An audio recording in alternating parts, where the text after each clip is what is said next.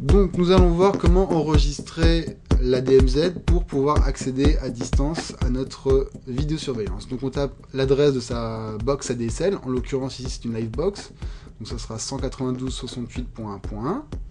En arrivant sur la Livebox, on a un menu d'information, notamment l'adresse IP1. Cette adresse IP1, c'est l'adresse qu'on va utiliser pour se connecter à distance sur le serveur vidéosurveillance, donc de votre téléphone mobile ou de votre bureau ou de votre hôtel.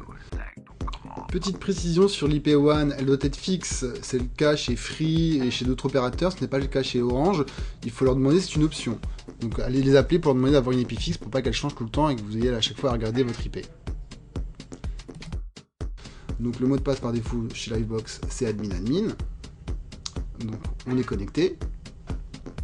Maintenant on va aller donc sur la configuration. Donc configuration, on va aller donc sur paramètres avancés pour créer la DMZ. Donc, paramètres avancés dans les configurations. On a un onglet en bas donc qui s'appelle DMZ. On va dessus. Ici on en avait déjà créé une pour un serveur vidéo.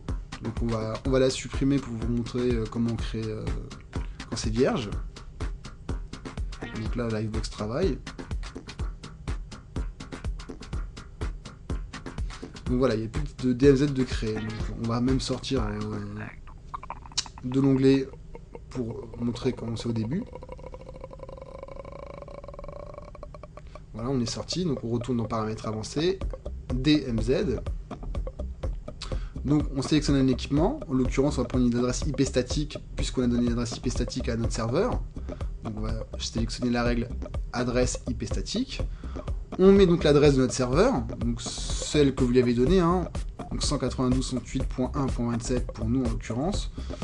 Regardez donc la vidéo de paramétrage du serveur si vous ne savez pas comment rentrer une adresse IP statique sur votre serveur.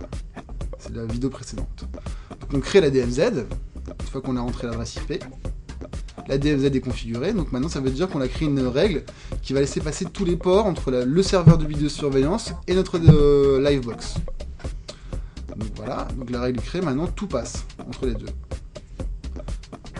Voilà, on va donc à l'accueil. Maintenant, quand on veut se connecter à distance, on tape l'adresse publique, donc 80.11.37.15, deux points vertical, et on met le port qui nous intéresse. Donc pour le téléphone mobile, ça sera le 8183, ou le port TCP pour Internet via navigateur, ça sera 8181. Donc quand on tape l'adresse...